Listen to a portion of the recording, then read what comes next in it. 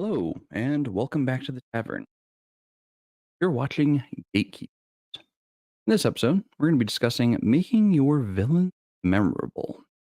Makes a villain memorable. Is it the actions they take, the reasons why they do what they do, or is it simply the fact that they died in a really awful but hilarious way? These are things we're going to explore as we discuss our villains' memorable. If you haven't already done so, please consider subscribing to the channels linked in the video description. If you enjoyed tonight's content, make sure to hit that like button as it helps the channel to, lets us know that we're doing a good job and we're giving you something to think about critically, or even maybe entertainment. If you don't like the show, don't be bashful about it. Hit that dislike button. That's why it's there. Let us know. If you haven't already done so, please consider joining our Discord where you can ask the gatekeepers questions and we can turn those questions into topics and have a full panel discussion about your topic. Further ado, into it.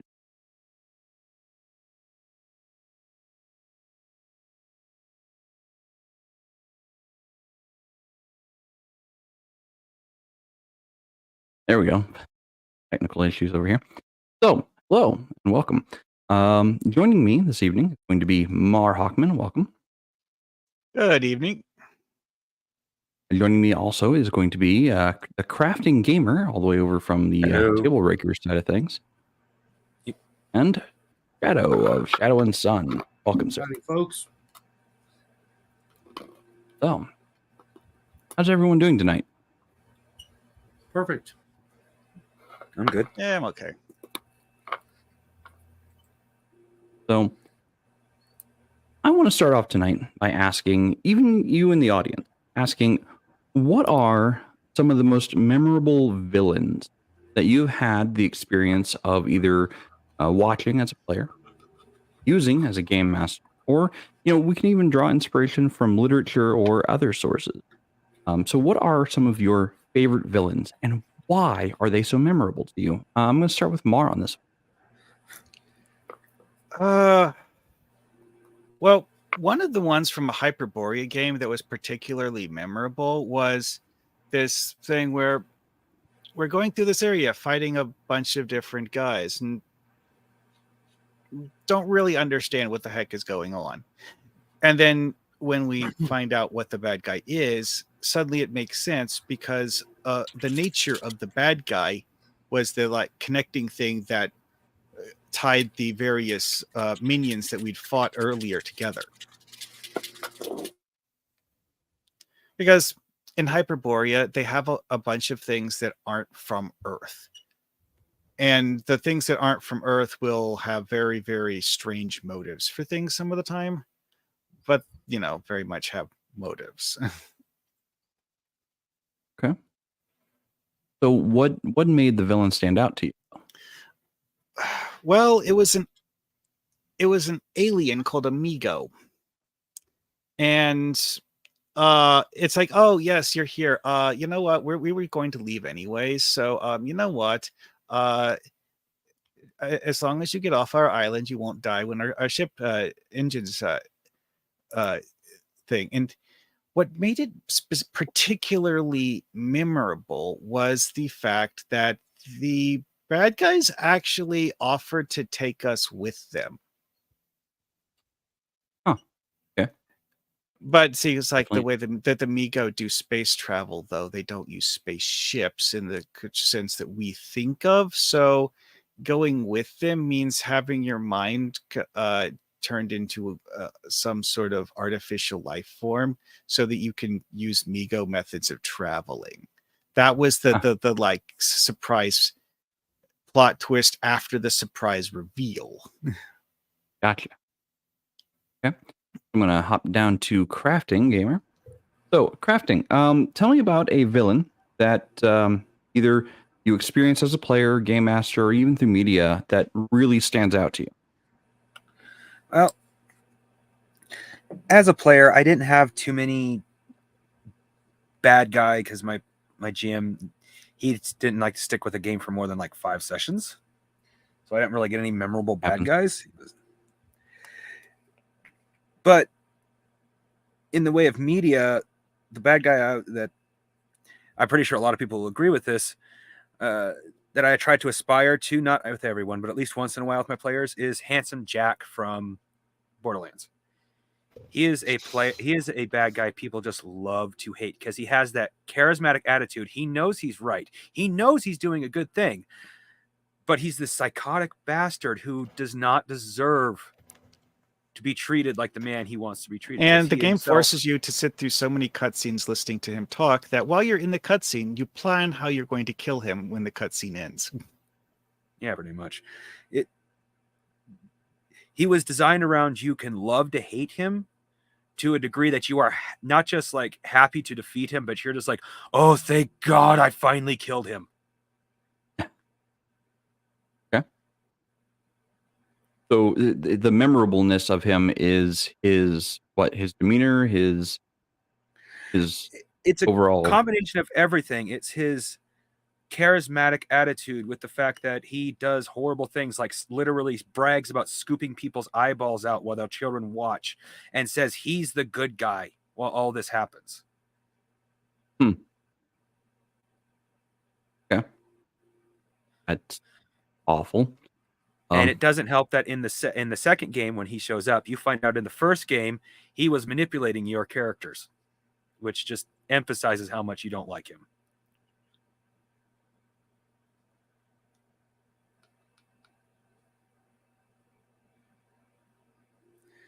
So okay.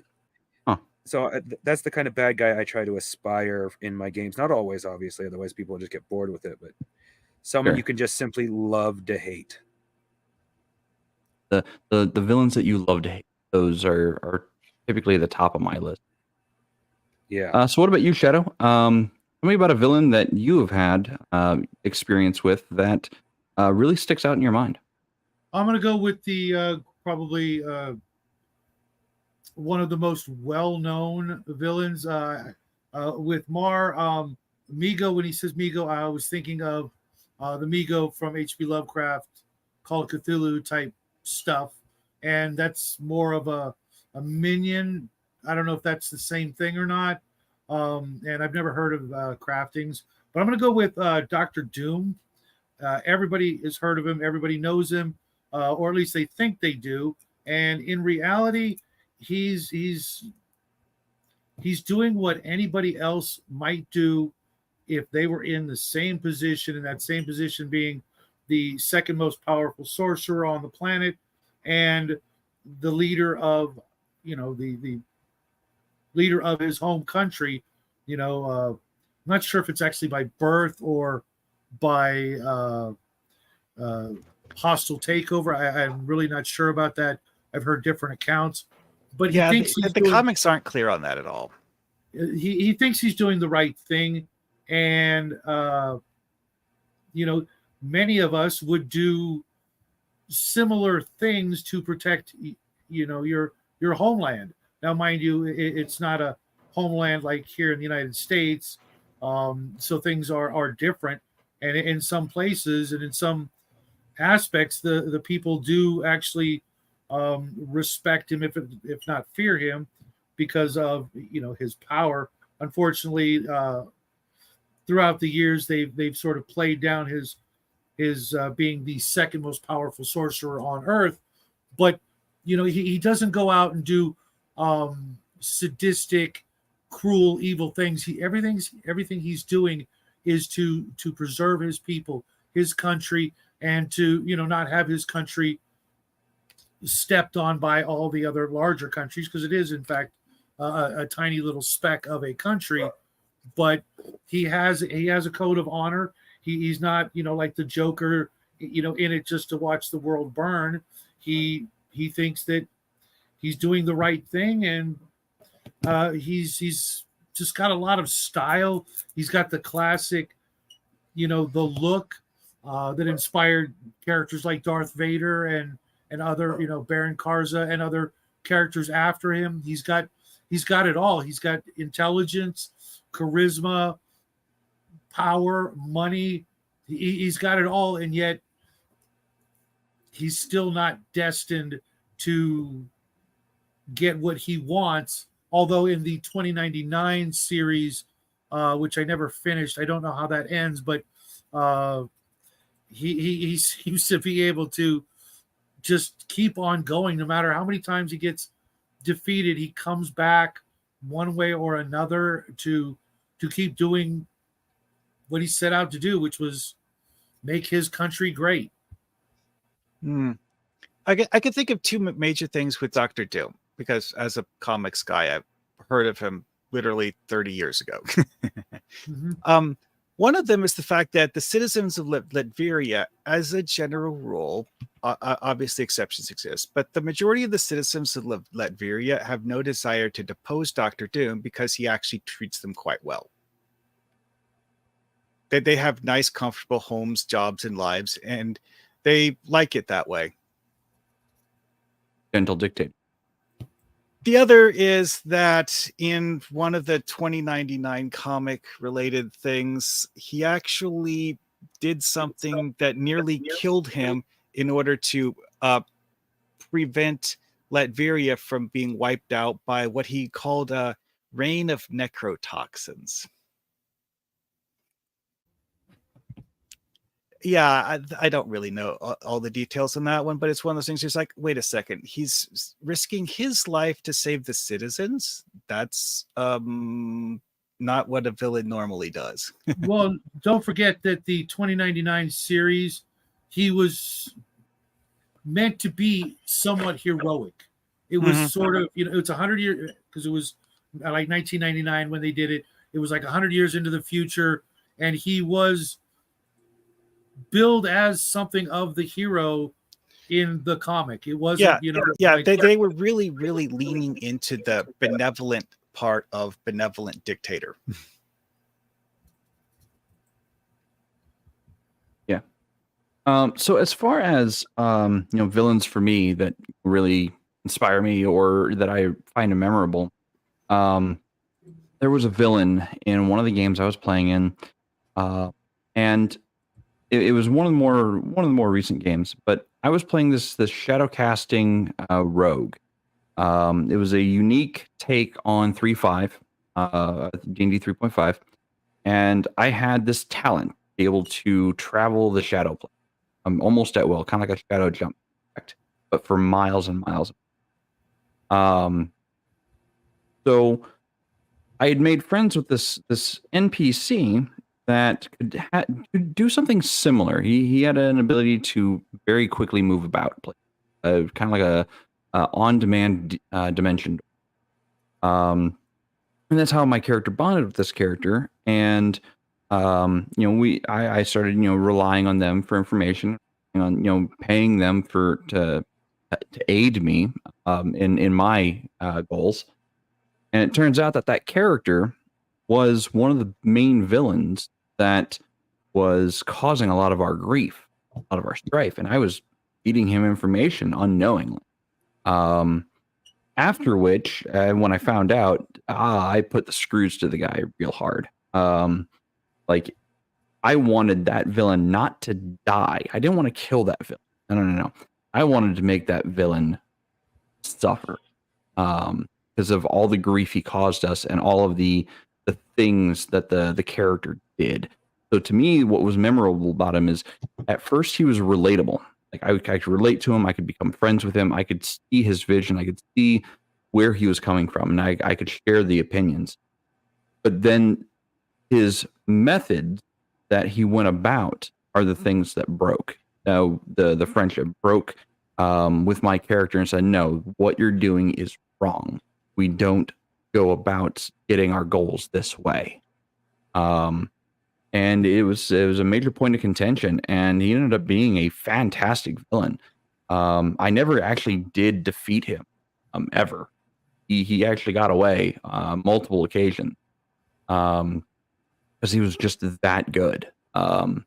He always had an ace up his sleeve to get away, and it ended up being a good thing because I needed his assistance to actually solve an even bigger problem. And I basically relied on the villain to go into the back end of things and wipe out an enemy that was threatening everything. And threatening all life, in civilization as we understood it in the game. So it was a villain that I really wanted and horribly.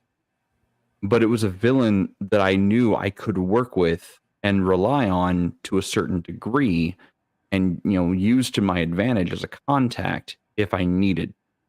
So there was definitely an understanding between my character and that villain, and I was not a hero.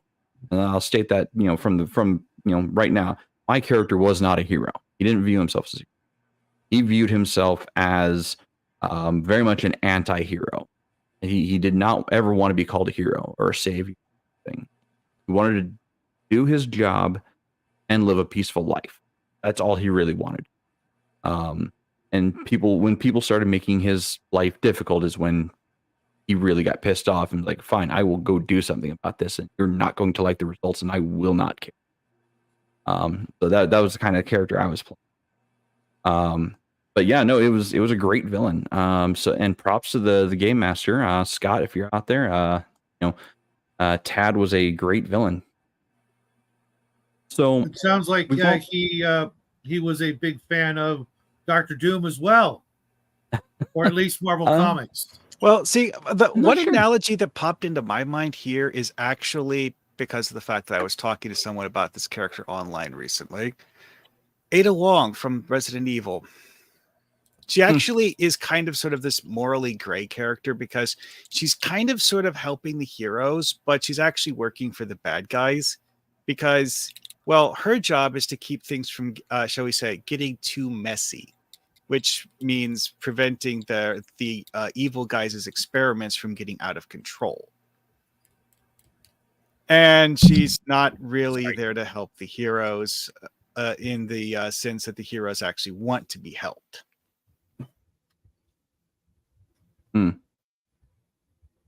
So, I think we all have that one villain or maybe a few villains that really stick out on our mind. But can any of us actually say what it is truly? Like what was their motive? What was their goal? Do any of us remember what their goal was? For me, I know that Tad was trying to pull the kingdom apart piece by piece, because he didn't like how things were being done and how people were being treated. His goals were altruistic in the end. His methods were awful. And he didn't care if he actually hurt the citizenry of the land, as long as his goal was met. And it was a pretty twisted character, I will admit. So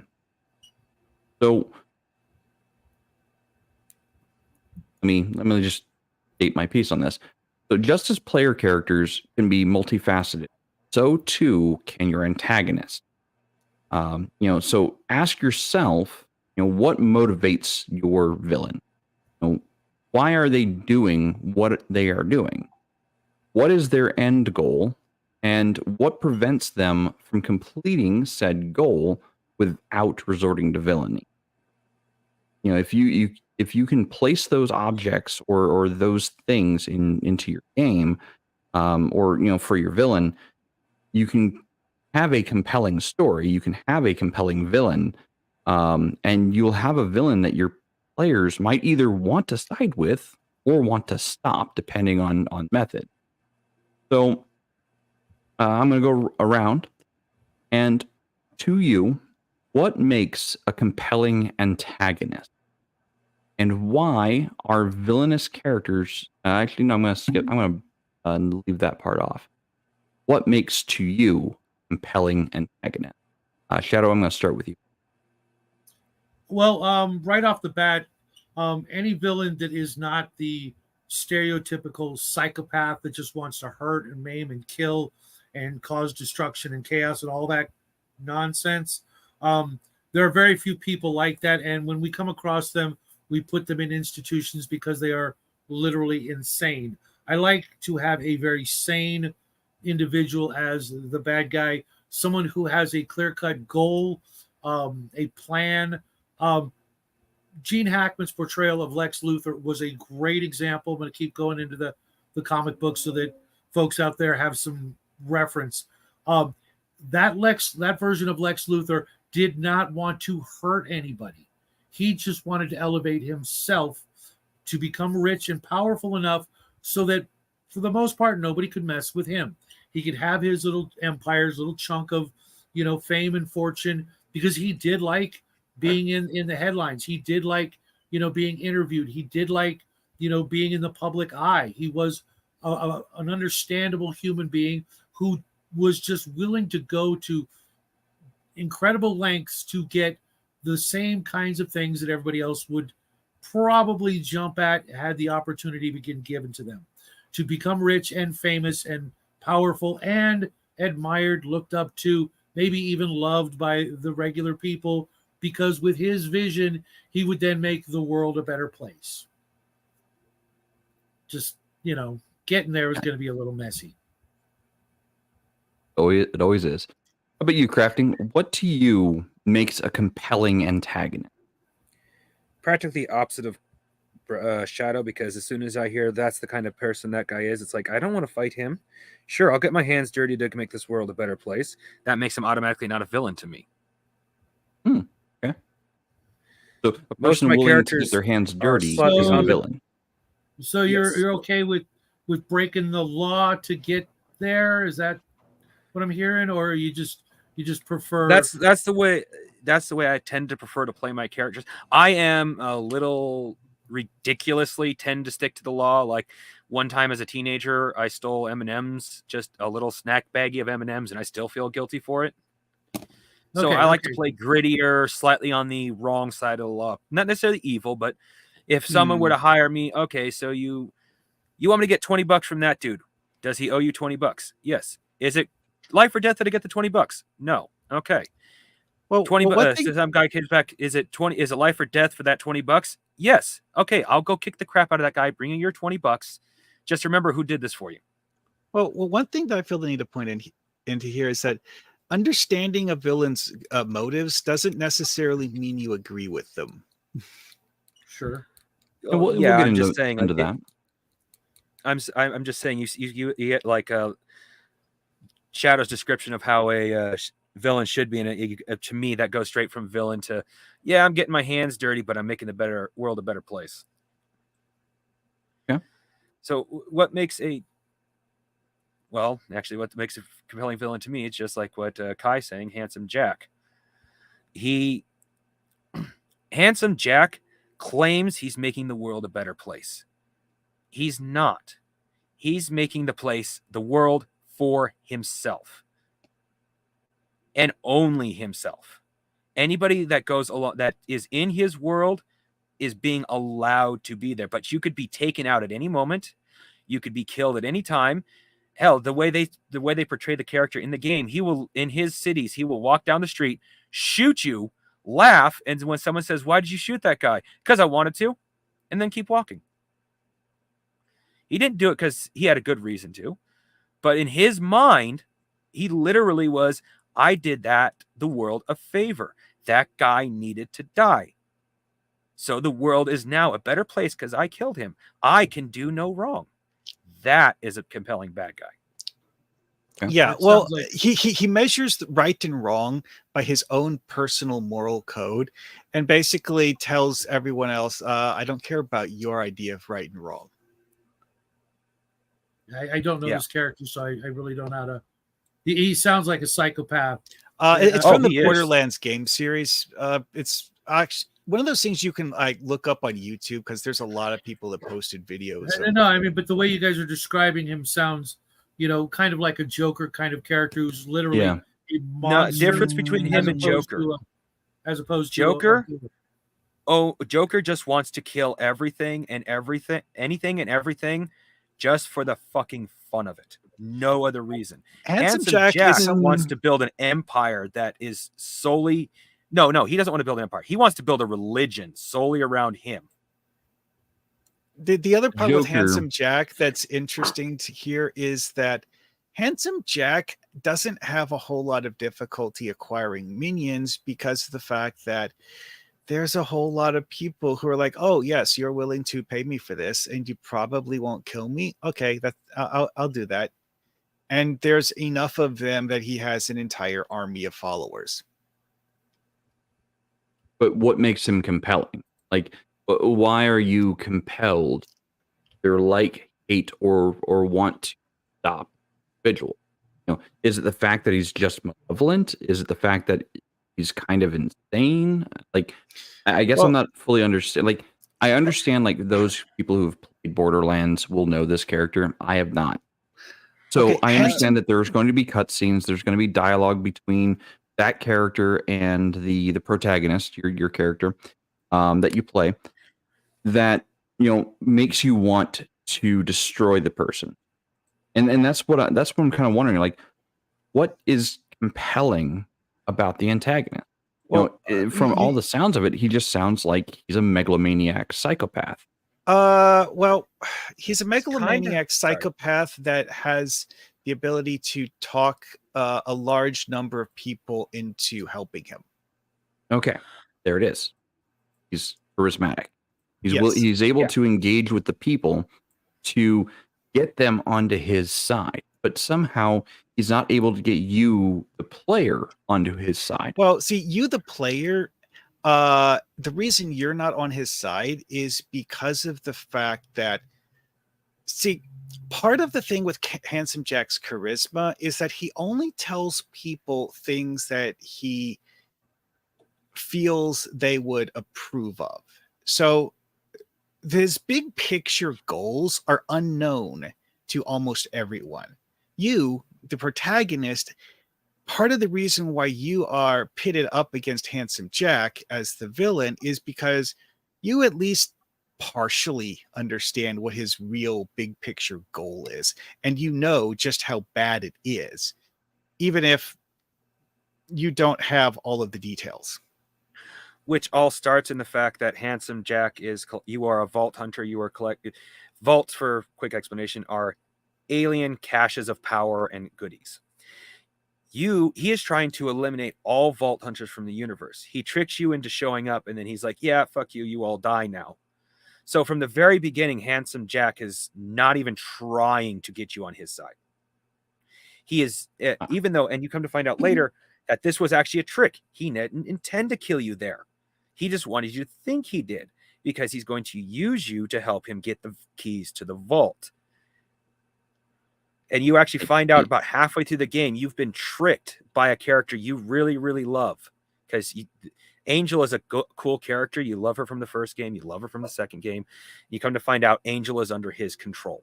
So this Handsome Jack almost has almost every stereotype that we have mentioned so far wrapped up. You have trust and betrayal. You have the charismatic. You have the psychopath. You have the religious fanatic. You have the power-hungry, I think I already said that, but basically the power-hungry dictator. He is everything we have mentioned tonight rolled up into one. Okay. So I guess I should move on to the next question then. When you were developing villains for your game, how do you develop the multifaceted motivations for your villain? Going beyond just typical malevolence. Like, what is it you do that gives your villain multiple facets of who they are and what their motivation? Mar, I'm going to start with you.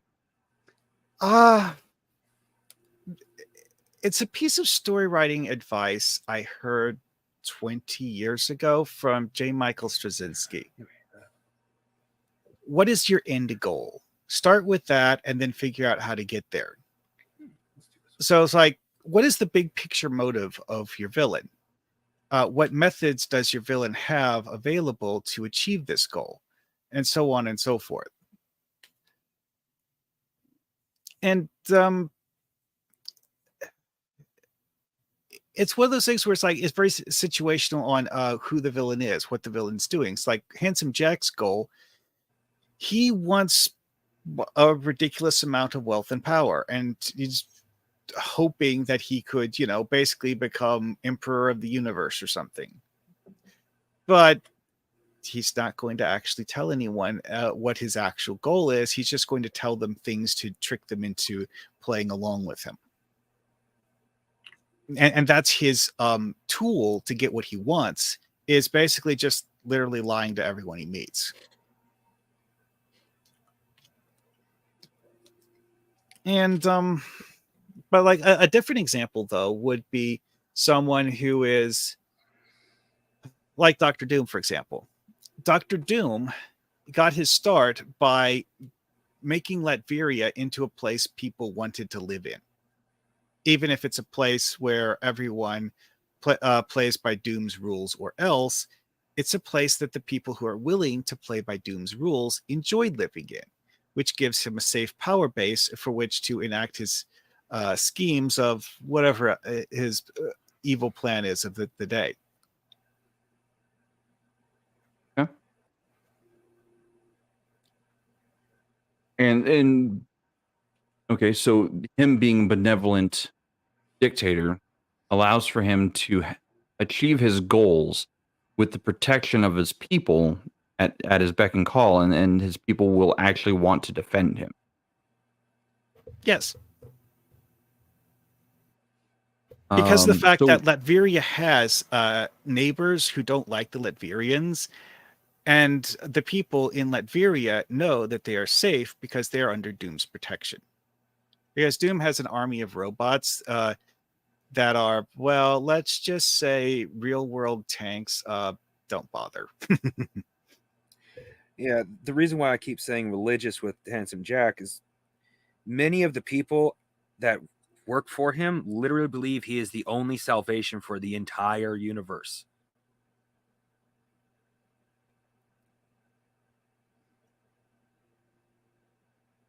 So he is thoroughly convinced that's you, Shadow. Well, how do you develop your multifaceted motivation for your villain? Well, a part of it is incorporating their weakness and some sort of potentially redeemable quality, or something that the players or the viewers or the audience, however you want to look at it, can somewhat identify.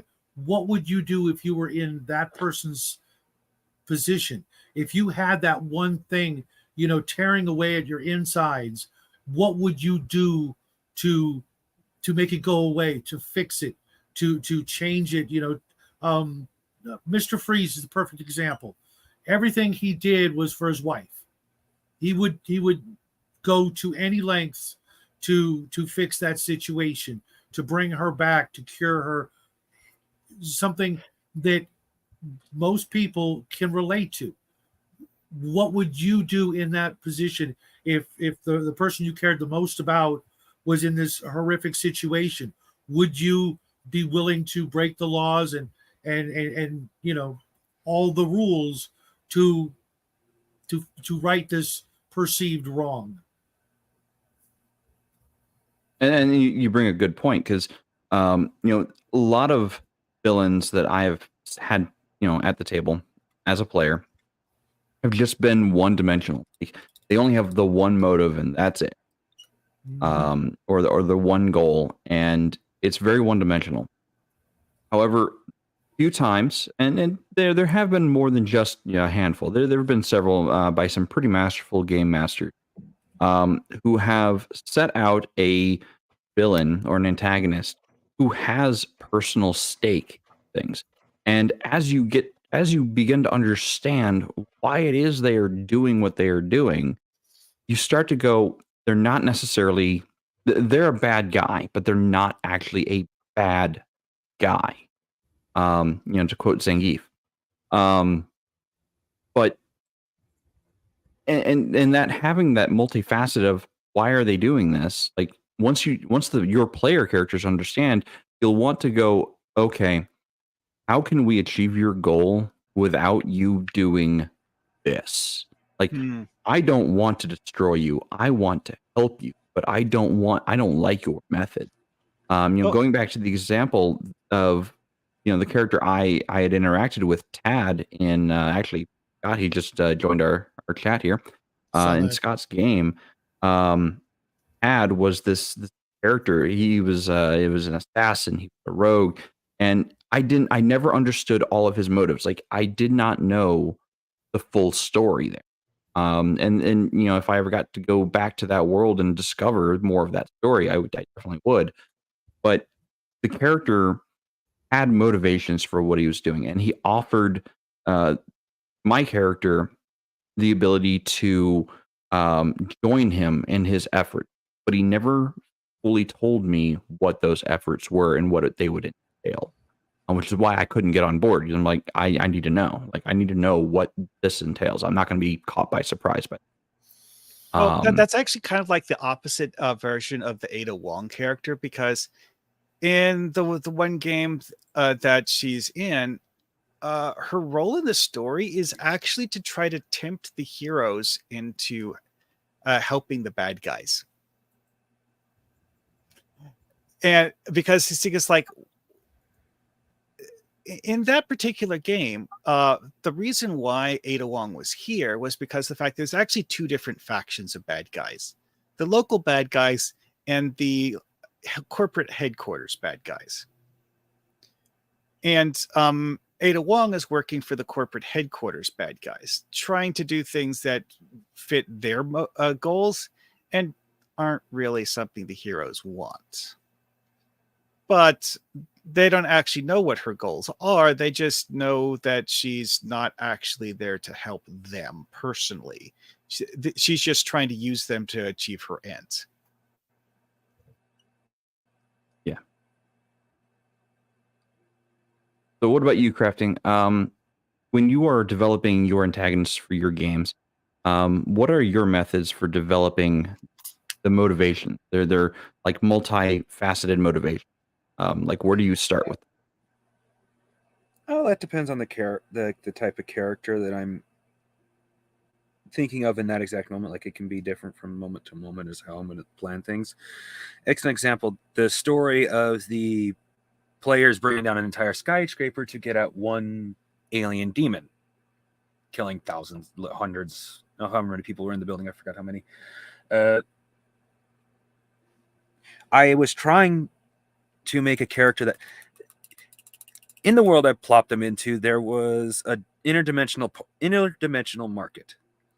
This demon heard about this and was basically trying to turn Japan into this market.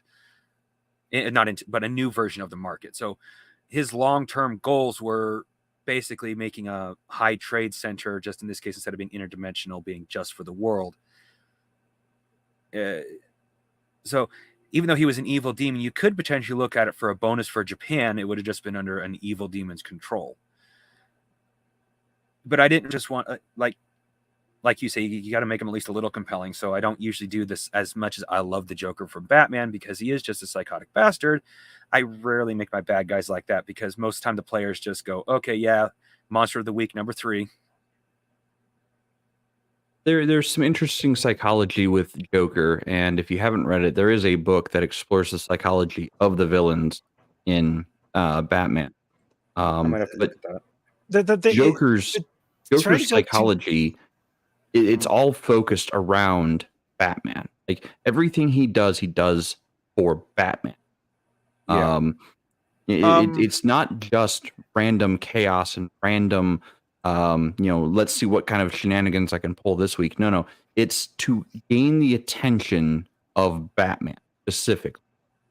Sounds like an unhealthy relationship. It is. Well, yeah, Sorry.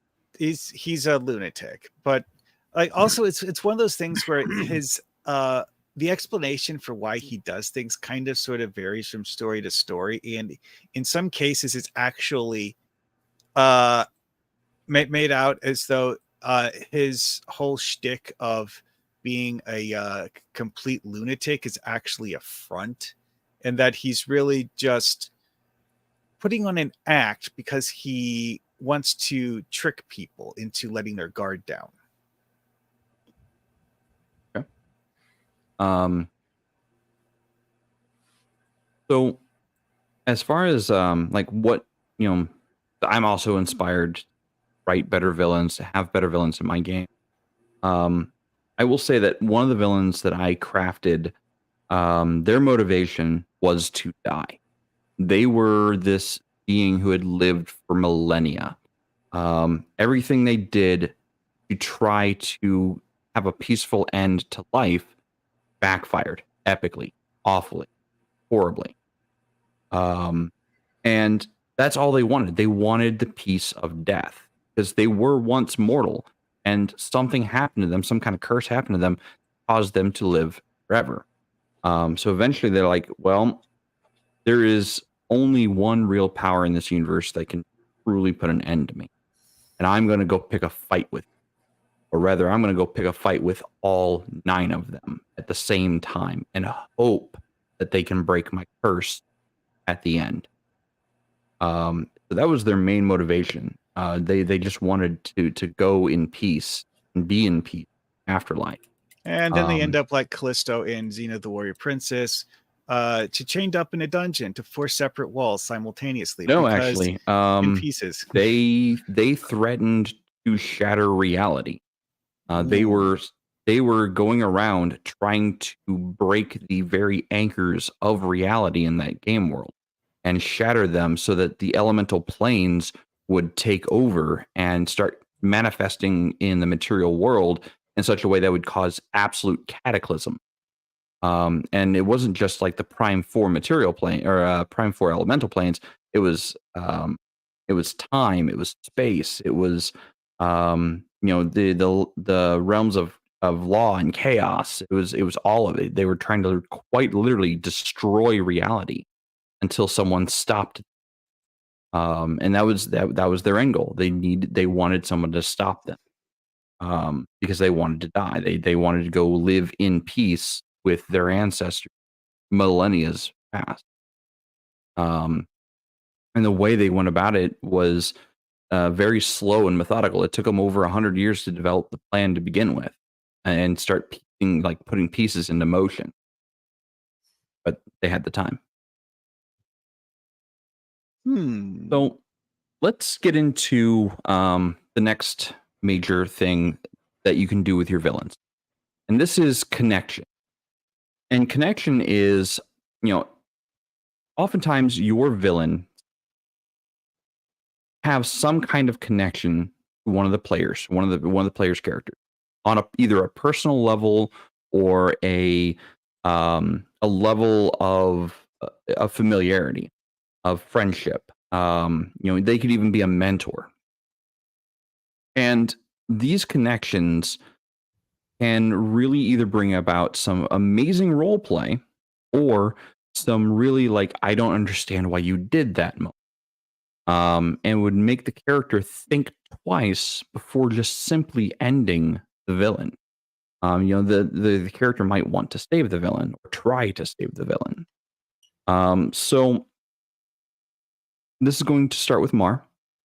Do you ever establish personal connections between your villains and your player characters? This is one of those things where I just kind of have to quickly do a minor caveat. Is defining the nature of personal connection, or because mentor, a teacher, a friend, a long lost sibling, or even a love interest, any type of personal connection. Positive connection, not negative connection. Yeah, typically positive. Because that was the things one of the things I read many years ago about writing villains that I personally found to be rather interesting was one of the things that he emphasized is that the villain and the hero need to have some sort of aspect of their lives that binds them together. Like the example with Handsome Jack earlier. Handsome Jack tried to kill you, and that's the reason why you're after him.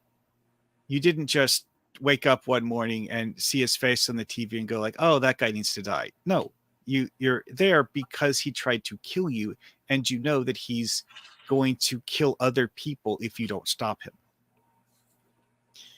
But like, that's not a positive personal connection, but it is a personal connection because of the fact that, you know, you've met him and know him in a way that most people in that world don't.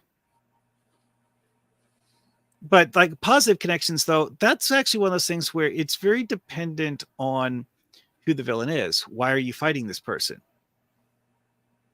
And there is that aspect of like Star Wars stuff where, you know, you have the master and the apprentice, and then the apprentice turns on the master. And, you know, perhaps the apprentice turns on the master because they realize the master was actually someone who was secretly evil, and then decides to not follow through with all of the master's teachings because of the fact that they feel that that would be morally wrong, and so on and so forth. That's been done in movies a few times. Doing that in a TTRPG, that's one of those things that only works if it's part of a character's backstory, and you, the GM, would have to write that into the setting, unless you're playing like a module game where you don't actually create your characters, like a one shot or something. Yeah. What about you, crafting? Do you ever establish personal connections between your villains and your player characters? I've tried, but player characters I'm used to are murder hobos to the point that, oh, it was established personal connection. Now we just want to kill him harder. Okay. Excellent example. We go back to the demon alien. The demon alien was hiring, well, his company technically was hiring, because he, like I said, he took over the company technically, but still, was hiring the players to do different things, and he was going after the only good alien aboard the ship, which the players decided straight up, okay, it's not human, so it dies. And then when they found out who the villain was, the true villain was, they were like, oh, you guys were trying to use us. You all fucking die.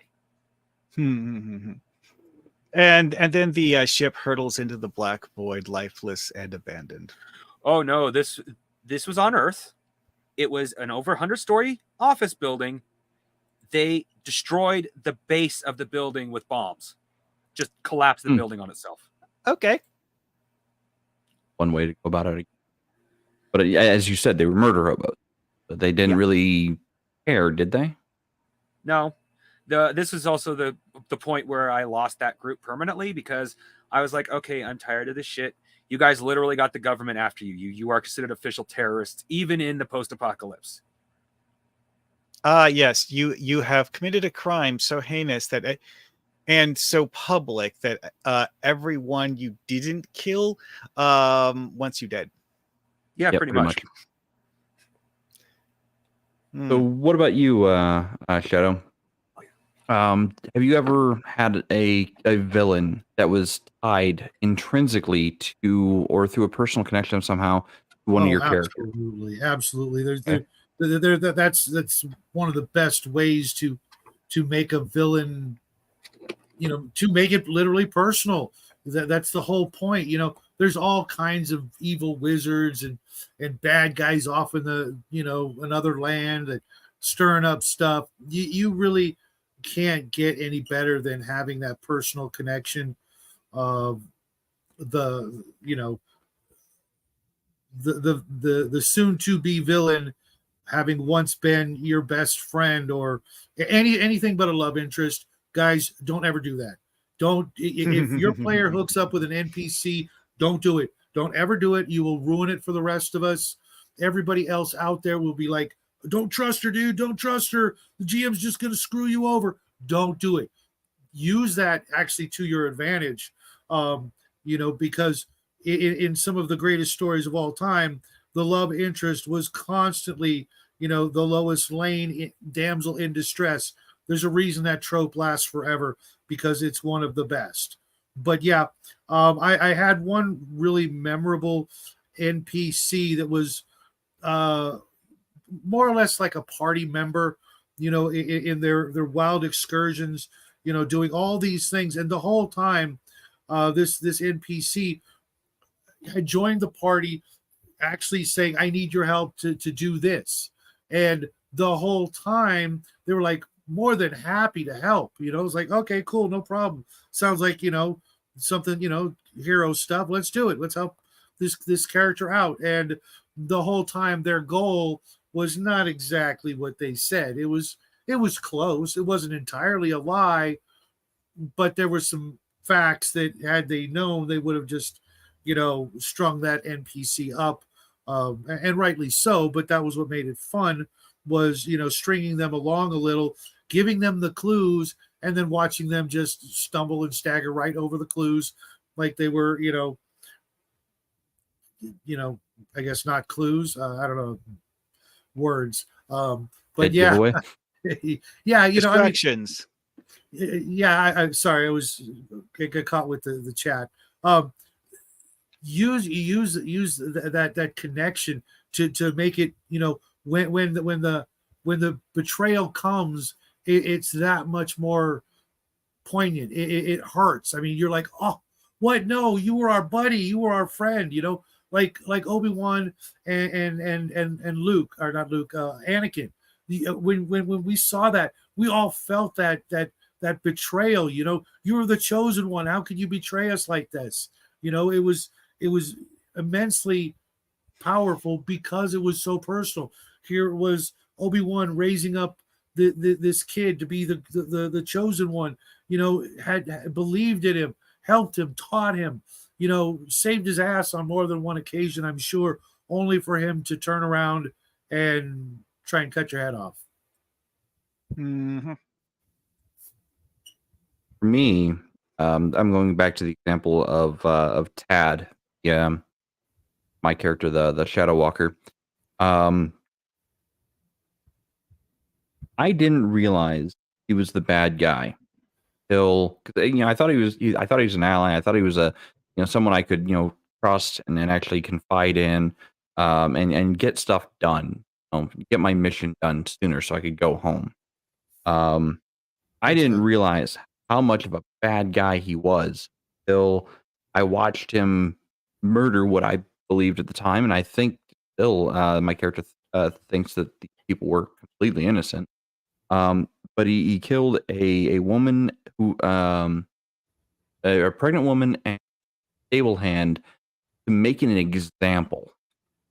And when my character found out it was him doing that, can't remember what the reason was. Like that's the part I'm having trouble with right now. But when I found out that he was the one who did it, there was this sense of betrayal. And he tried to explain it away. He tried to get me onto his side, get my character onto his side. And so, to walk down the path of the assassin, the ability to kill without feeling, the ability to, kill for the greater good is I think what it was saying.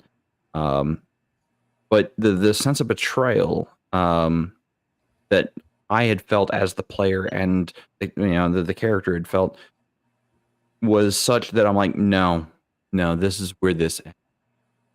And I did everything in my power at that moment. I knew I was probably 10, 15 levels lower than that NPC, just from his ability and skill.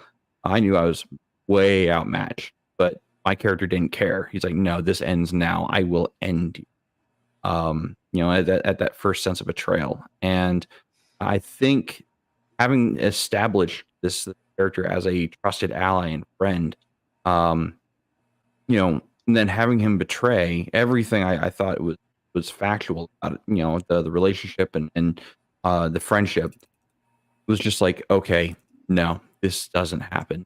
Like, we're done. You don't cross me. And then later on, because he did get away, again, I was completely outmatched. Later on, he targeted my character's love interest. I think like almost a year or 6 months later, he targeted the character's love interest, and man, that sparked something awful because I was like, okay, not only am I going to kill this, kill that bitch, I'm going to make it awful. I'm going to make it personal because he made it. So the way that the game master, again, masterfully done. The way the game master used that character and hemmed my character in and toyed with my character on a number of occasions, trying to egg him on, trying to get him to cross those lines, and join him. It was just this back and forth, and it was a good back and forth, and I really enjoyed the gameplay and the role play of it. And which again, this is why it's such a memorable and poignant villain for me. It's just the way it went about and the way it played out, and how it started off as a personal friend, and then became not only was he a personal friend, acquaintance, he's now targeting people close to my character, and that just won't fly. That is how you make an enemy of. You take away anything from me, I will destroy whatever I must to get my revenge. So he had me almost cross those lines a number of times with that character, and it was that personal connection started it. That example reminds me of an example from one of the video games that me and Heathen Dog played in the Dirty Casual streams over a year ago. I forget the name of it. Dungeon something or other. Well, the plot here is that you and the main villain are the apprentices of someone who was the greatest wizard in the land. But neither one of you actually managed to learn all of the stuff that this wizard was trying to teach you. You're someone who's good at defensive stuff. She's someone who's good at offensive stuff. You summon traps. She summons monsters. Why exactly only one of you learned this? Who knows? But she got seduced by the dark side, to use a Star Wars analogy, and has gone evil, and you need to stop her. Well, eventually you get to the end of it and find out how she got seduced to the dark side, and then you're like, oh boy. That suddenly got really, really bad.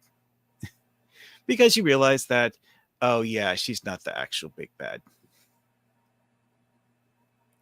So, so I guess my next question to that is, have you as a game master ever, or even as a player, ever had a villain that targeted someone or something personal? And can you share that example? Shadow, I'm going to start with you. Sorry, my dog was being a butthead. Can you repeat the question? Yeah. So can you offer any type of example where either a villain you used or a villain that was used against you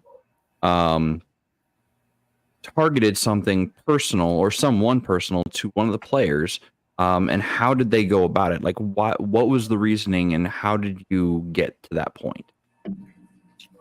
Well, as a player, no, because I just haven't been a player enough for something like that to happen.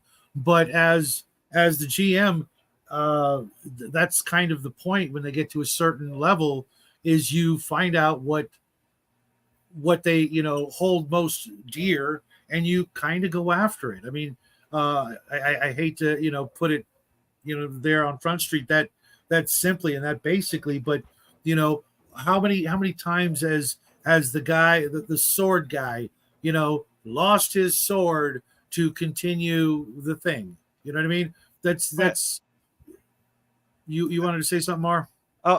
Says, as one person put it to me, reading your player's backstory should be ideas for plot threads later. Okay, that's assuming your characters have backstories, yeah. Right. For me, backstories is kind of a new thing. We didn't do that because you made your backstory the moment you started rolling dice. You had to earn a backstory for the most part, and once you did, then you had to survive for it to be warranted. But going Well, back to the, I mean, Mark? a really short one, like one paragraph, is adequate, I think. Nowadays, sure. And I've done so recently, but back in the day, making a backstory took more than the 5 minutes it took to make a character, and that same character could be dead in a minute. So why bother? Get your character up some levels, and if they make it to 5th, 7th level, then we can start talking about things about your past. Before you were the rat catcher or the farm boy, because that's all there were back in the day. That's literally everybody was something like that. But if your characters start developing a tie with a person, a place, or a thing, you are kind of expected to use that in some way to urge them on to the next mission. Conan's a great example. He was retired king of Aquilonia, loving life. He'd achieved all his goals. He had a wife, a son, and what happens? Robert E. Howard took them away. I forget the name of the wizard, sent in some demon thing and snatched either one or both of them up to get him to go back on the road for the next mission, to go and kill that wizard that he, hadn't killed earlier, because the wizard got away. And now let's tie up that one last end, and I'm going to swipe your kid and your son and your wife and your son, and with the bad guy. Obviously, you're going on the adventure. You're going to go rescue them.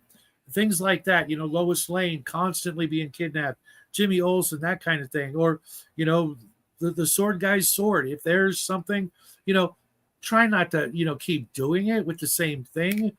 But, as soon as they have that one thing, it's a great way to make them appreciate not only the thing that they had, but everything they have without that thing. Imagine, your biggest, baddest fighter loses his sword.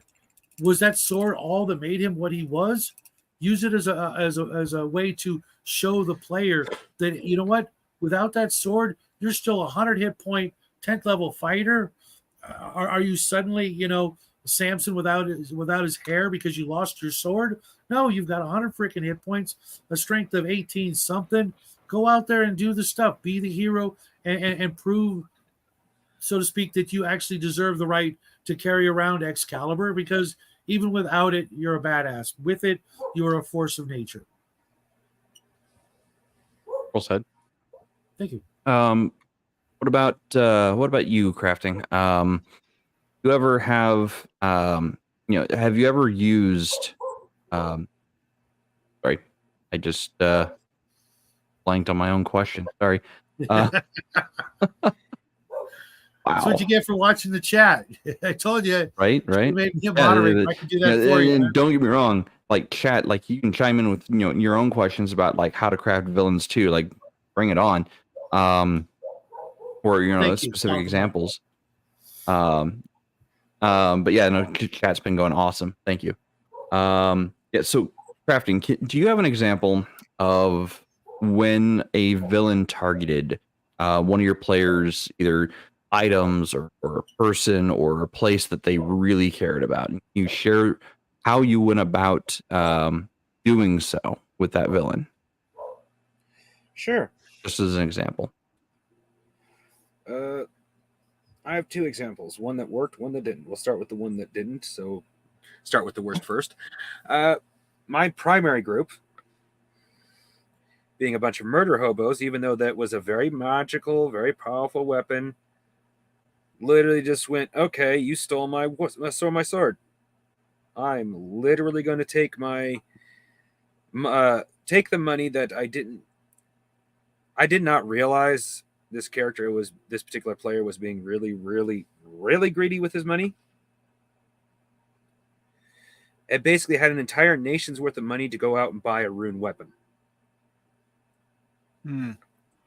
So I can't say for a fact that failed, but he literally just like, yeah, you took my powerful sword because I'm a murder hobo. I don't give a shit. I just go get a new one. Okay. So what about an example of when it did work? Which was with my more individual groups that had like 4 or 5 sessions, 6 at most. The whole idea was a character whose grandfather's skull was dipped in gold that could predict the future, but only to his bloodline. When it was always signs of good fortune, like if you predict this, their fields will be like, you predict it and then they could do things out in the field properly, that kind of stuff. I had that stolen from his family. The player loved the idea of that was the motivation. He hired a bunch of the players as his traveling group to go get back his grandfather's skull. Or was it great grandfather? I think it might have been older than that, but still an ancestor skull. Yeah. So that was from session 1 then. Yes. So technically that they was had that no player's real, no real connection to it, but the player just loved the idea right off the bat. He just snapped right onto it and is like, I'm running with this. I think that's actually a good thing to bring up, because if you as a game master have those players who are totally and wholly invested in what you're putting down, for the game, and they're really invested in their character, they're going to run with things far easier and far faster than someone who is just there to roll dice. Don't get me wrong, people who are just there to roll dice, they can bring a lot of fun to the table as well. They can have a lot of fun at the table, depending on how the sessions play out.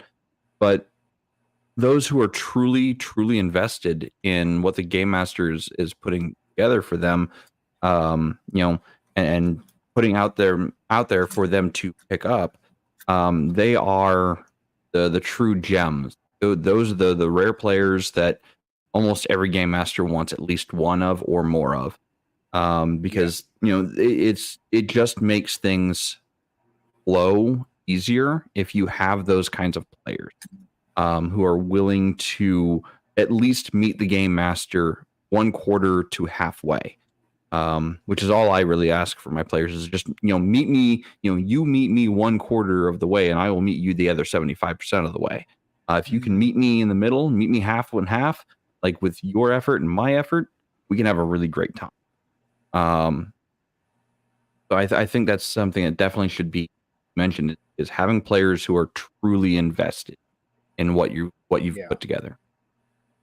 So how about you, Mar?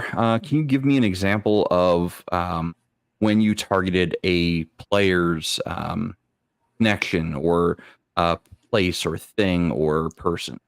Well, when I was playing a Hyperborea campaign, one of the things that happened in a Hyperborea campaign is the party had built this place called Stinger Keep. And, well, one of the adventure seeds that ended up getting used was a group of people deciding they wanted to attack Stinger Keep just because they didn't like us because of one of the things that we'd done on a previous adventure. Which, yes, some of the members of the party were a bit of murder hobos, so there was actually kind of sort of a valid logic in that one. But it's called consequence. Yeah, so it's like they're just like showing up at our doorstep because, like, oh yeah, by the way, we don't like you, and we're going to kill you now. Which is admittedly a very simple one, but they actually had a very specific reason for why they were seeking revenge. And you mentioned, that the murder hobo members of the party had done something. I'm assuming they killed people or trashed things that whoever that was the attacking force was either fond of or had a connection to. So in effect, the player characters were the villain to that group. Yeah. And that group took exception to that, and the consequences were that group came and attacked. I love it. If your players are murder hobos and they just go around raping, pillaging, burning anything that moves, that is something that you can also use against them, is have an entire nation rise up against them. They have become the villains of their own story. Especially if they have no conscience about what they're doing, no moral quandaries. An entire nation can rise up against them, and well, their stronghold is now besieged. No exits, no nothing. They'll, the characters will eventually starve to death if they don't do something or capitulate in some way. So let's talk about villain or vulnerability. No villain, no character, no person is perfect. The player characters aren't 100% perfect. NPCs shouldn't be perfect. They should all have flaws of some kind of vulnerability. Not necessarily Otherwise, like a kryptonite-like weakness, but just something that they can't just shrug off. yes. Otherwise the player characters wouldn't be able to necessarily oppose them. Or there'd be no there'd be a diminishing hope for freedom of choice or meaningful decisions if they didn't have something that they could use against these villains. No matter what it is, even if it's a personal connection or a special item needed to defeat them, whatever the case might be. So when you craft your villain, what kind of flaws do you include or weaknesses do you include? Mara, I'm going to start with you on this. Well, going back to the Stinger Keep thing. Why was it called Stinger Keep? Because it used to be inhabited by scorpion men, and we stole it from them. Remember how I said several of the other party members tended to be murder hobos? Yeah. Whoops. They wiped out all the scorpion men. The only one of the scorpions that lived was because the fact that my character sticks it in a basket and carries it around instead of letting the rest of the party smash it. Well, that scorpion egg turned out to not be one of these scorpion men, but just a regular scorpion that ended up getting kept as a pet. Okay. When I say regular scorpion, I mean like a 12-foot long monstrosity, but not a smart monstrosity like a scorpion man, just a giant bug. Anyways, though, but like the thing with this particular thing, though, is that when we decided to make our attack on Stinger Keep, we didn't walk in the front door. We found a side entrance that was basically the equivalent of a drainage chute, and snuck in the back door. Yeah. Which, assaulting a fortified position through a door that's not guarded. Oops. I mean, it that's logical sense to me.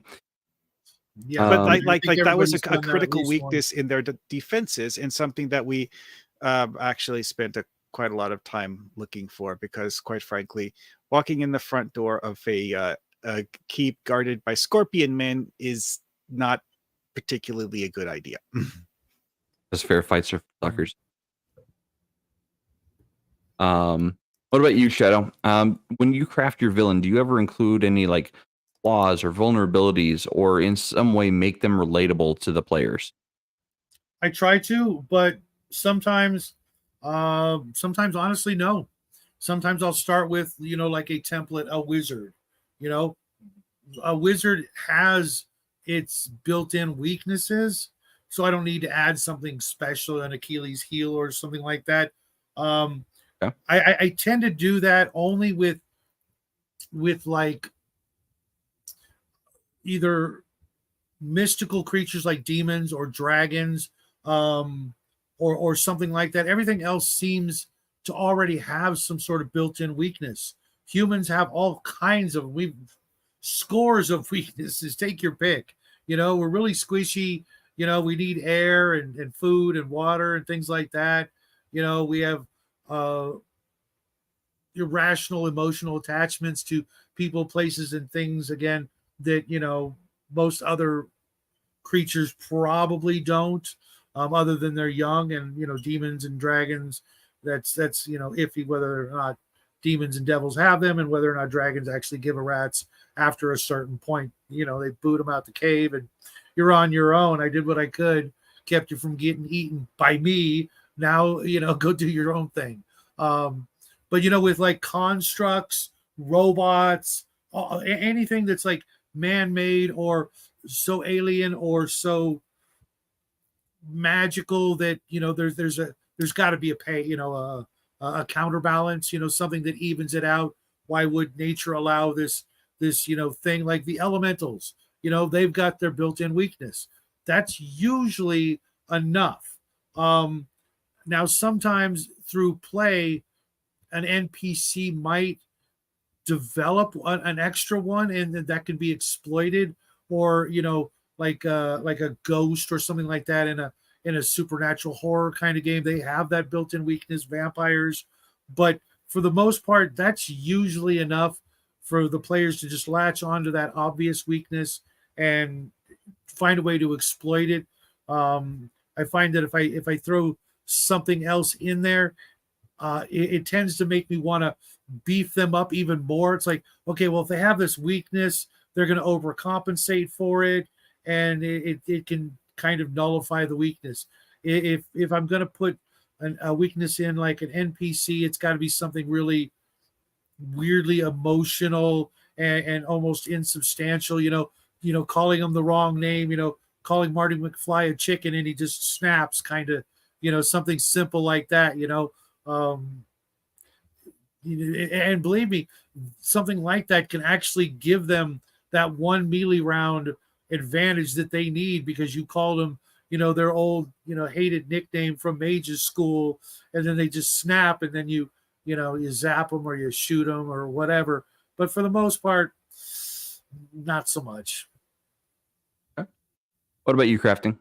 Do you ever, when you're crafting your villains, do you ever include any type of like flaw, vulnerability, or even something that might make them relatable to the player character? You're muted. You're still muted. Shoot, I was mixing my There we paint go. for myself. Yes, I can, and I can actually give two answers, two examples. Awesome. One is what taught me how bizarre a weakness can be, which goes back to the alien from space, and what I did with that information, which is interesting enough. That information comes from a module. The alien comes from a module. The alien's initial weakness, besides being a mega damage creature, so you could kill it with mega damage. I mean, that sounds like a strength, but it's also, it's not really a weakness, but it also means you know how to kill it. But anyway, its built-in direct weakness is to maintain its intelligence, it has to eat brains. The more intelligent the mind, the smarter it becomes. It has a peak, but still, if it starts losing its access to brains, it'll start getting dumber. There's a joke in there somewhere. Oh, there probably is. Yeah. Oh, there's definitely some so jokes. you make sure it eats the stupid people and then it gets dumb. Pretty much. Sounds like a plan to me. But of course, like I said, the players didn't exploit that. They brought the building down and then just murder hoboed it. Okay. But that, for one of my other, like the character for individual groups games, I gave a character kind of an anime-ish weakness, but still, the character loved sweets, anything sugary, to the point he was almost bribable with sweets. The players, when I first told them this, I was, because I started off with the other creature, I didn't actually expect much of this. Like, yeah, probably just going to murder hobo it. No, the players go, okay, this guy's what, a dimensional wizard. He can summon demons, and he likes candy. They literally, because this was in Palladium Fantasy, they literally talked to the dwarves, who were, in my game, the candy makers, to bring over a ton of different forms of rock candy and, well, it's just basically every dwarven candy to this guy, and basically said, please don't destroy the world, and the dwarves will keep you supplied with candy.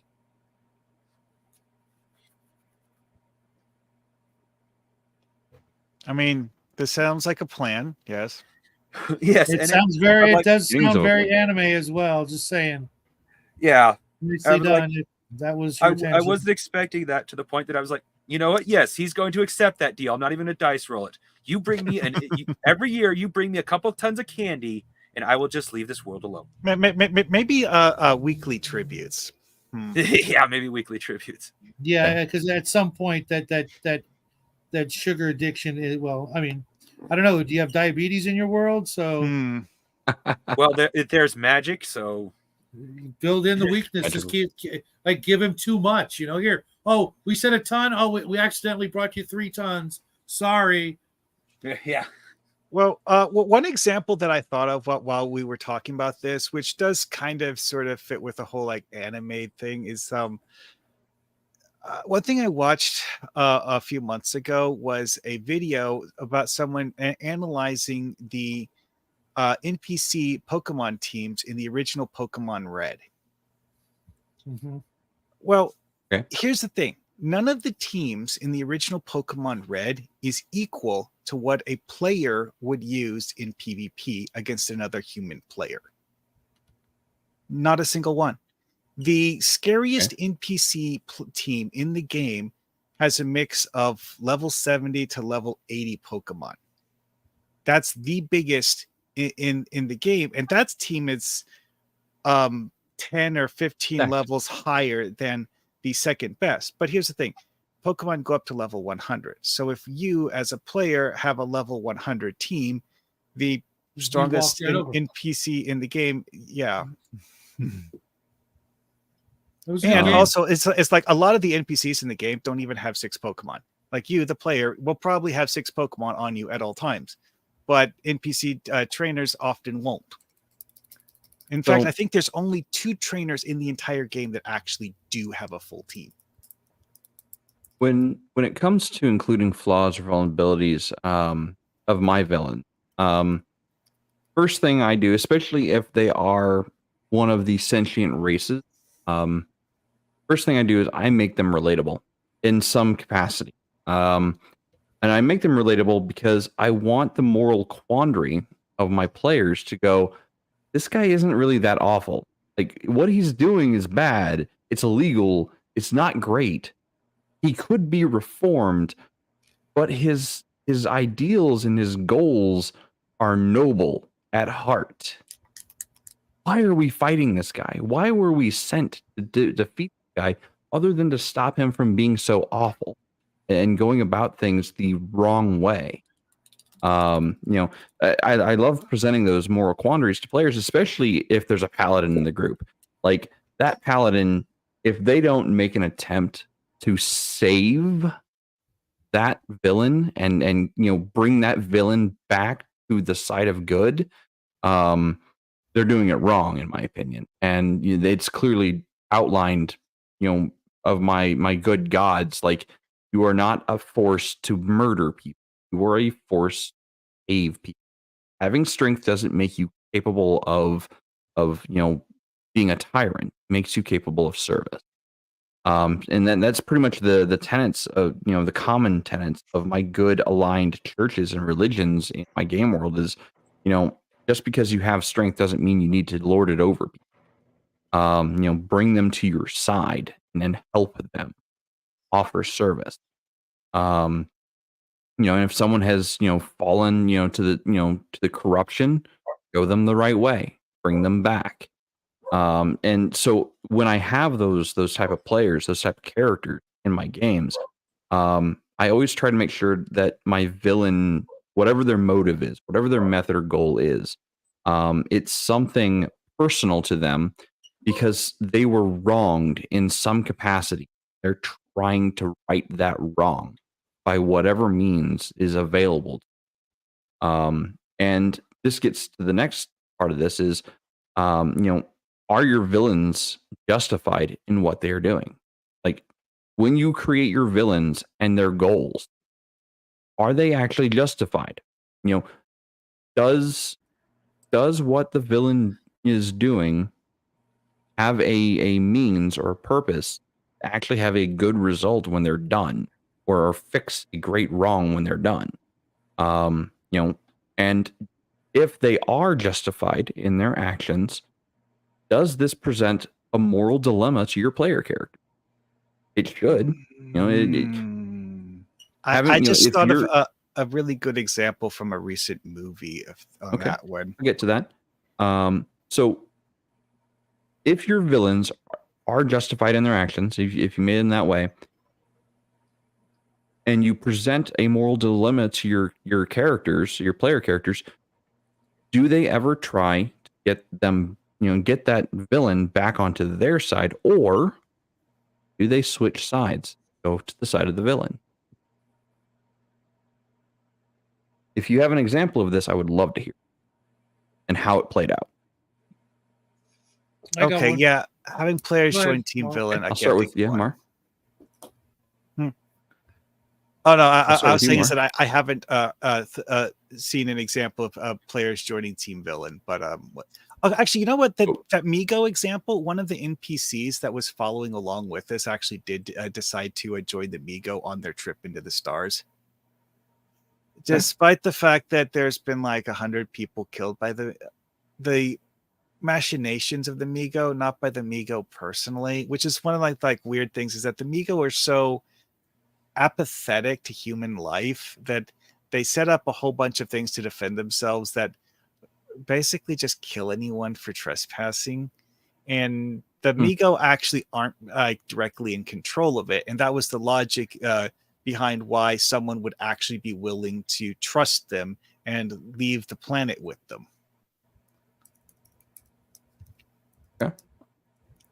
So their actions were justified because they were just defending their space. Well, it wasn't actually their space. That was part of the reason why we were there, is that they kind of sort of landed and started doing Migo things for Migo reasons. And well, I mentioned earlier that they have a high level of apathy towards human life. Yeah. It sounds like you are talking about the H.P. Lovecraft Migo. Well, Hyperborea borrows a lot of stuff from H.P. Lovecraft, but a lot of them aren't direct copies. Okay. The movie example I was talking about is the character Dar-Ben from one of the recent Marvel movies, where her reason for being the bad guy in the movie is that Carol Danvers' actions in one of the previous movies had led to the planet Hala, which is where Dar-Ben was born, being turned into a desolate wasteland and dying because of the aftermath of what she'd done. So it's a revenge plot against the person who is ostensibly the hero. Okay. Actions have consequences. So Shadow, you said you had an example of villain being justified? Yeah, I absolutely did. Well, not only justified, but his goal in doing what he was doing. Imagine like a Star Warsian type, evil emperor was doing a whole bunch of bad guy stuff. But it turns out that the bad guy stuff he was doing was to prevent an invasion from an alien race way out in the boonies that were headed toward, you guessed it, his home empire. And so he was doing the bad guy stuff to build up a defense, weapons, and multiple things actually, but all for the ultimate goal of being able to withstand this new threat. And of course, the heroes being the heroes, they iced the emperor, only to find out, after going through all of his stuff, that this is what he was doing. And guess who ended up having to pick up where he left off? Nope. They could have. I do enjoy those consequence type stories where the big bad is doing these awful things, but for a just reason. They're trying to prevent something awful from happening, trying to allow existence to continue, but their methods are just foreign. Their methods are not jiving with society. to be honest, the methods weren't all that bad. It was the propaganda, the rebels blowing things out of proportion, and had they just asked why, they would have found out and probably came to the same conclusions. We're going to have to tax you more. We can't afford to send all the rations here because we're too busy doing these things, that sort of stuff. But, So your players, so the players in that scenario, eventually joined the villain's side after they defeated them. Well, they killed him, so they had to pick up and finish his quest, so to speak, because he wasn't there to do it. They found a new heir and had to help the heir with the, the next chapter, as it were. Love it. What about you, Crafting? Do you have any examples of when a villain was actually relatable or justified in their actions that your players either tried to save them or join them? Only once. Okay. And that was before the primary murder hobo returned to the party and said, "Yeah, fuck that. We're not doing his thing." Okay. This is the party that accepted the GM who taught me as Lord God of the fucking game, and anything he said went, even with me being GM. So when he said, what I presented to them, because this was what was this? This was I was trying a game of Rifts. What I was presenting to them was there was a invasion happening, and even the coalition, as much as they hated they hated non-humans, agreed that they had to at least temporarily work together because even the coalition did not have the forces to stop this. The player literally went, "Yeah, we're not part of the coalition," when he returned, and literally, because he knows how to fucking play the system, went murder hobo and killed an entire battalion, purposely ending the alliance, starting up a second war. And I got so frustrated, I quit the game. What I should have done, that's when I probably would have lost the group sooner if I had just went ahead and let the invasion happen and them all get crushed. Because it was the acidics. Or kill the one giant problematic player. Yeah, or kill the one problem player, yeah. I mean, I probably would have done both. I would have done both during the invasion. And here's why. The player's character went murder hobo and ruined the coalition plan. Just gonna be one of the first victims of the invasion force. Overwhelming odds, overwhelming numbers. Yeah. Actions have Admittedly, consequences. I should have gone through with that. I didn't, but I should have. Well, live and learn, right? Yeah. Well, admittedly, I didn't have the balls I do now as a GM either, so that didn't help. Everyone starts somewhere. So, one of the other major elements to villain, to your villains is their unpredictable nature. You don't have the full picture as the player. You as the game master know every move they have to make to achieve their goals. You as the game master, you control that. So to keep your players guessing and have the villain, do things that seem counter to their goal, is a method that will throw players for a little bit of a loop, kind of give them a slight red herring to chase after, so the villain can try to complete their goal in a different direction or area. And this can lead to like the outlying adventures where the party goes off herring after what they presumed is the villain that they're actually after.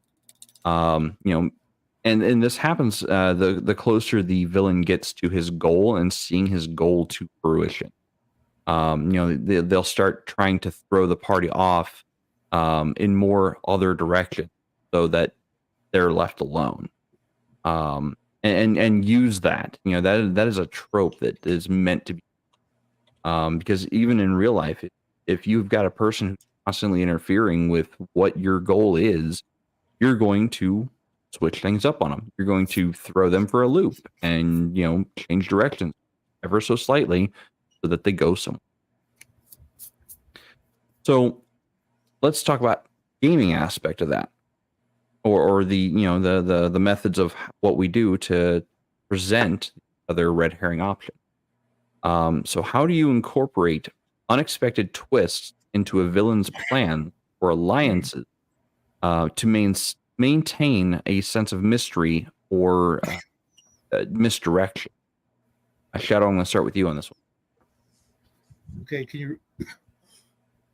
Yeah, how do you incorporate unexpected twists in your villains' plans or even their alliances to maintain that sense of mystery or misdirection? One easy way is to have the villain, the bad guy, doing multiple things at once. They're not just going to go straight for this thing and only at this thing. They're probably, excuse me, they probably got their irons in multiple fires. They've probably got, multiple evil schemes going on at the same time. Give them, clues about multiple things going on, and maybe even give them a choice. Well, you can go after this one, or you can go after this one. If you don't go after this one, this is going to happen. If you don't go after this one, this is going to happen. It's up to you. Do you want to split the party and try to tackle both of them? Do you want to enlist somebody else's help? Are you prepared to face the consequences if you don't stop this one thing? This is going to happen. If you don't stop the other thing, this is going to happen.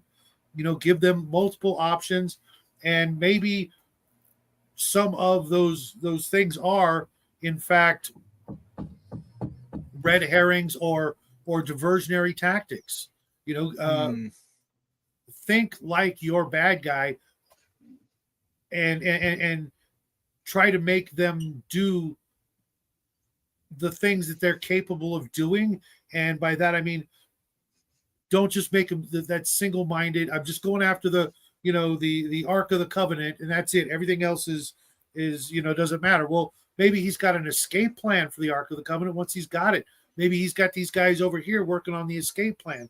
Well, if you foil the escape plan, he may get it, but he can't go anywhere with it because he doesn't have enough people to carry it and all the protective garb or whatever, the trucks and all that. You foil the trucks, but you don't stop him from getting it. Well, you made a major crimp in his plans. Now he's got to figure out what to do, and maybe you can stop him now that he's got it. You know where he is. Just look for the Ark of the Covenant and a bunch of dudes with their skin running off their face, and you'd be able to track him down.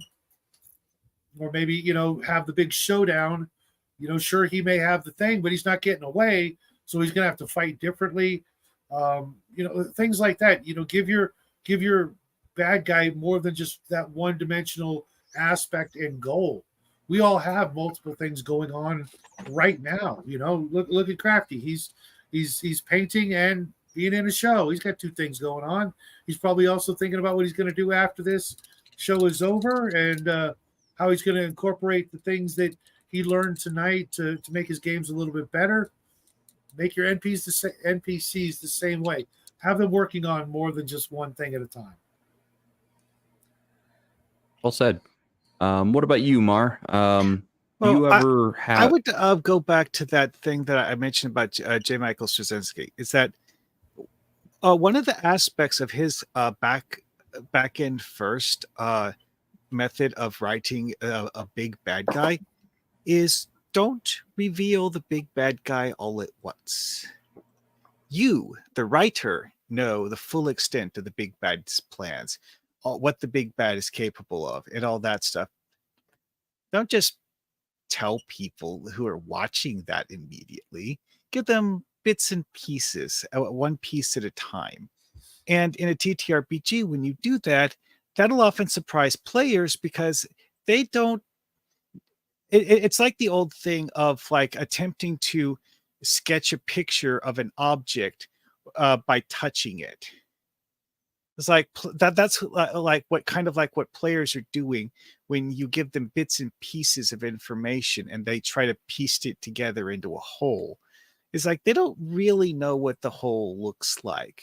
They're guessing at it, and they might connect the pieces wrong. Yeah. And of course, so simply being like, oh, we thought X was attached to Y. Wait a second. This won't fit if X is attached to Y. What's going on? Absolutely.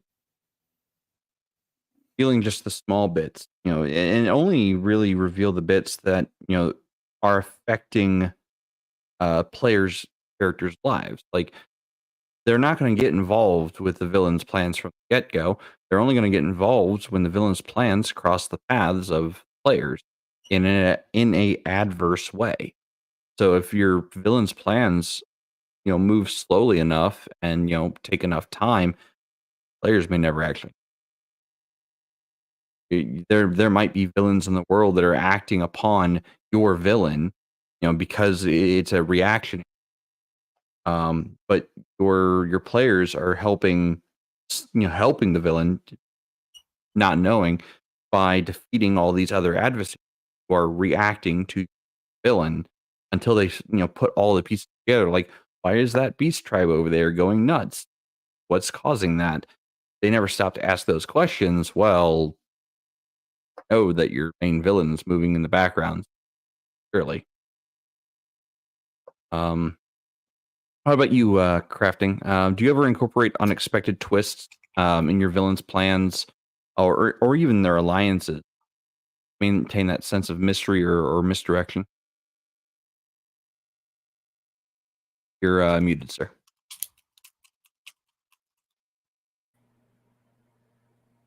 Sorry. Nope. Yes, I do. Excellent example. I keep going back to the alien demon, but that's because it's the best example for this, and this probably was why I came in because it worked with a lot of the questions.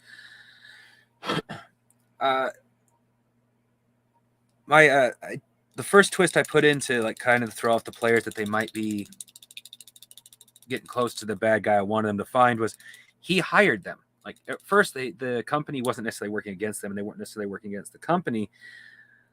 But after they determined themselves to be a threat to the monster goes, okay, I'm just going to hire you guys to do stuff for me. This is how they found that good alien. Was they were actually hired to look for it and bring it in. But then the good alien confessed to them what happened and told them that he suspected the bad alien had taken over that one company. And then they found out, oh, that's the company that hired us. Okay, we kill both aliens. But it did throw them off at first, because they started questioning why the hell were certain things being constantly having the same type of things happen. This is a very bad description. At first, it started with they were questioning why the same exact kind of bad guys were popping up. Like a comic book strip where you have the Joker bad guys or you have the Two-Face bad guys. They were curious why the same exact bad guys were constantly showing up. When the alien realized this was starting to grab their attention, the alien decided to hire them to throw them off the trail. That is a much better description than what I just tried to do before.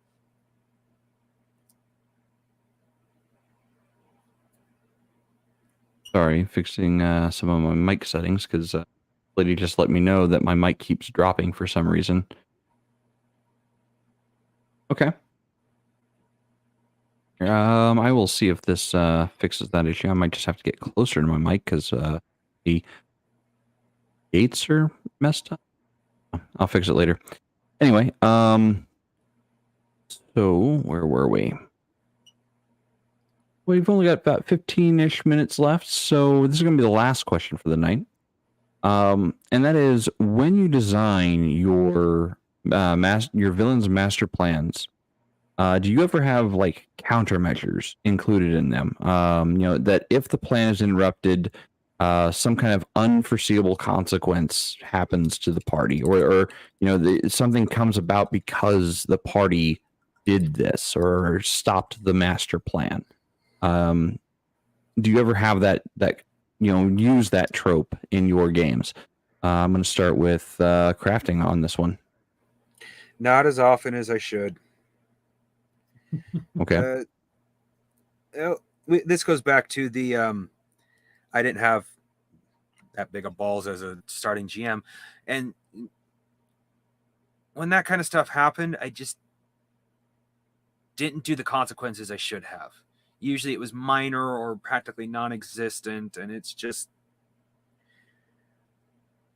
at that time I really feared scaring away players. So yes, I had things that caught their attention. Yeah, sometimes I did really bad things, but that was all really bad things. Really, we'll say awful things to the character, but that was only once I knew I could get away with it with the player. I'm as GM at that time, I was way too touchy and was like, oh, I can't defend or I can't kill my players. I can't do anything like that. It will make them not want to play with me anymore. And now as an adult, I realize, good. Well said, Crafty. Run the game you want to play in. Exactly. So this one I don't have much help with, unfortunately. Okay, that's fine. How about you, Mar? Do you ever have does your villains have backup plans to when the party inevitably stops them? Something that's a backdoor solution that goes, okay, even if I lose, I still win. Plan B. It's all about who the villain is and what the villain's main plan is, because villains that I have personally written, a lot of the time the plan A simply isn't them committing all of their resources. So their backup plan be like, "Oh, you killed the army that was guarding my personal citadel.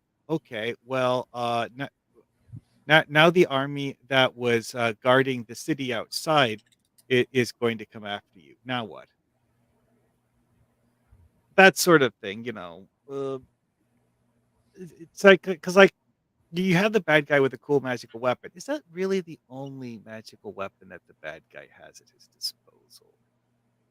And of course, there's that old trope of you're fighting a wizard, and when the wizard thinks he's about to lose, he casts the most ridiculous, overpowered bullshit spell he knows, because of the fact that normally that spell is something he wouldn't use because it has what he considers to be undesirable collateral damage associated with it. But if he thinks you're about to kill him if he doesn't cast it, well then. Well. Fair enough. So Shadow. No, we're not talking about the Xanatos Gambit, Chimerian. The Xanatos Gambit is basically the plan to succeed relies on the heroes being duped into beating the bad guy, because beating the bad guy was actually what the bad guy wanted all along. That's different than having a backup plan. I've got an example of that, but let's get to Shadow's example first. Do you have an example of where your master villain had a plan B in their back pocket, knowing that the party was going to get involved? Well, plan B is always the escape route. Always. Whether it's the the ninja eggshell smoke bomb disappear, or my favorite, the tried and true ring of teleportation, even if it's only got one charge, that's your most prized possession as a magic abuser. After that, you go to plan C, and sometimes, like said before, it depends on the villain, what they're doing. Now, I'm not going to give every, 2-bit bandit chief, a ring of teleport or, something, but they usually know, the way out better than anybody else. The runaway, the Princess Bride, when Count Rugen, the jig's up. Here comes Indigo. What does he do? He runs. He realizes he's not going to get away, so dagger to the belly. your bad guys, that's one of the things that makes them bad guys is a lot of times they are in fact cowards, or bullies. The first thing that's going to be on their mind is, if this doesn't go right, this goes south, how am I going to save my narrow ass from my own consequences that I set into motion? And of course, the best part about it is they get to come back later on in another episode to wreak more havoc. So for me, plan B is always get the hell out of Dodge, one way or another. So I've actually got two examples now, that because you reminded me of one. I had a villain in Wrath of the Righteous. I had redesigned the encounter space for the villain, because I looked through this villain's spells and noticed that he had several that were pretty good, but he had no way out spell. Like they were all like, I will stonewall the group until I am dead. I'm like, well, that doesn't make sense. Like he's trapped in a cave, and the party's just going to come in here and waylay the ever living crap out of him, because they're a bunch of really strong characters that can one hit kill most things. And this guy's a wizard. Like he's not going to survive this. So I redesigned the encounter space slightly and had was it like 10 millimeter holes bored through the rock going outside at an angle. You wouldn't be able to notice it unless you were looking for it, and you would have to specify, I'm looking for any escape routes, from the outside, of the compound. Mm-hmm. So when they eventually got up to him, he's like, I'm not going to stand and fight you. Like, that's a losing situation. What I'm going to do is I'm going to trap one of you in here. I'm going to wreck the ever-living crap out of you, and then I'm going to run away, because that's what I do. So the villain, wrecked one of the players. I think I cast Disintegrate 3 times on one player.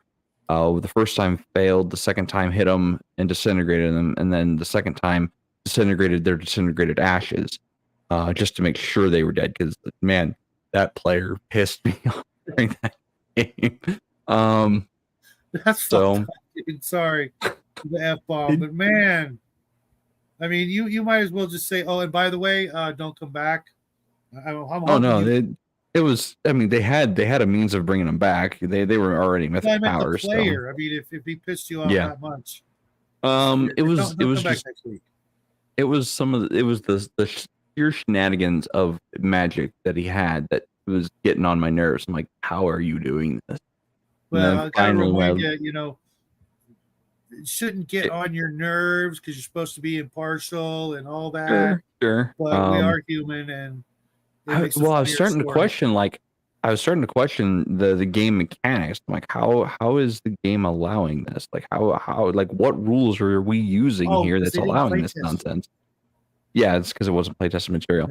Either way, so it got on my nerves that night, and I let it get under my skin, mistakenly. And so the thing is, the player decided to enter a one-on-one combat with this wizard. He was a druid, and I wiped the floor with him a couple times, and then finally just hit him with disintegrate. When he wasn't expecting it, not once, not twice, but 3 times, just to ensure that character was dead, because the wizard thought that is the most powerful being in that group. I do not want to face them again with the rest of the party involved. That is a no-win scenario. So after the wizard did that, the wizard left because he was tapped for the day. He was out of magic. He had 1 or 2 spells left, so he used his escape spells to get the hell out. So that was his plan B. The other scenario I have, where even if the players win, they still lose, was because I was counting on, and I ran this scenario twice. I was counting on my players being murder hobos. Absolutely counting on it, because I know my players. I knew they were going to choose the murder hobo option. I knew they were going to wake up and choose violence. Like I just knew it before the session even began. Like 3 weeks before the session began, I knew that was going to be their option.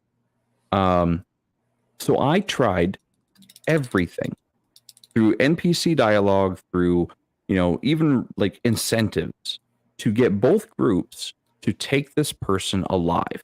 What was happening was there was a serial killer going around in these small towns, kidnapping people and murdering them. They didn't understand why at first. Nobody did. So the party was set out to go find this person and stop them. But they were incentivized with quintuple the reward if they brought the person in alive. Like they could get titles or land with the reward. And they were even given manacles to help seal him and put him in a zone of silence so he couldn't cast magic if he was a magic caster. So I gave them every opportunity to take the person alive. Both groups.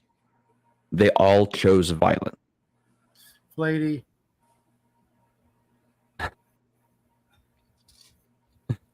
Turning them into pies. No, actually. The being involved, or the serial killer was actually being mind controlled by an evil dagger. That was the scenario. The character had Was been it Kai's magic dagger? Huh? Was it Kai's magic dagger? Kai's magic dagger? No, not Kai's magic dagger. But no, so this dagger actually having magic spells to kill people and turn them into pies in the process, though.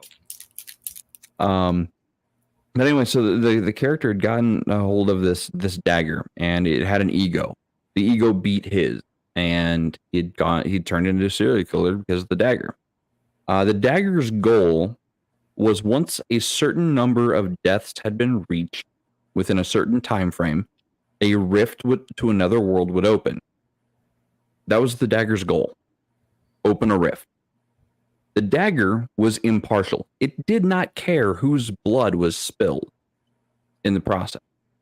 So because I knew my players were going to wake up and choose violence, both groups individually, I knew that there was no way in any way that they were going to take this character alive.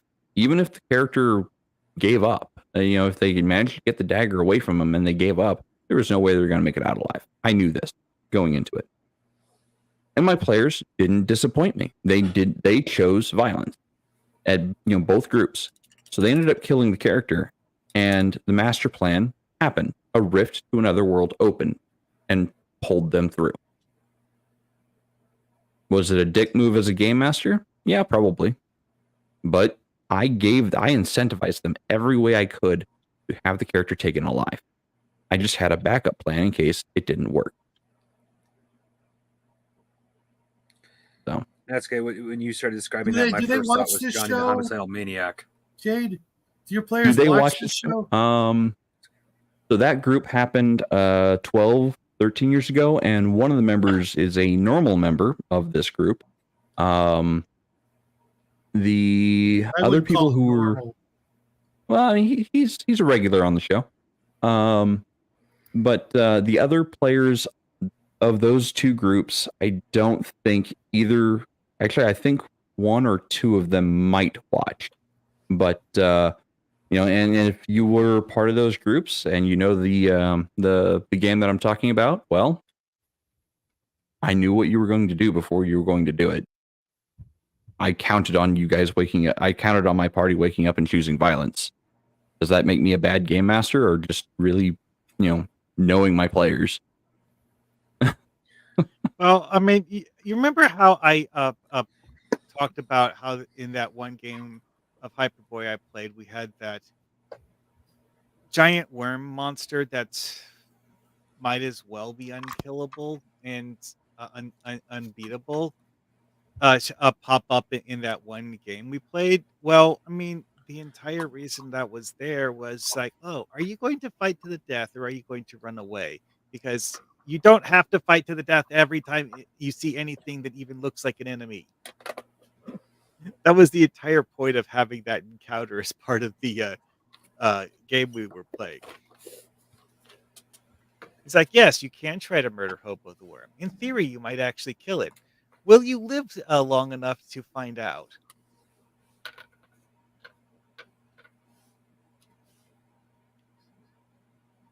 Sounds like a good idea.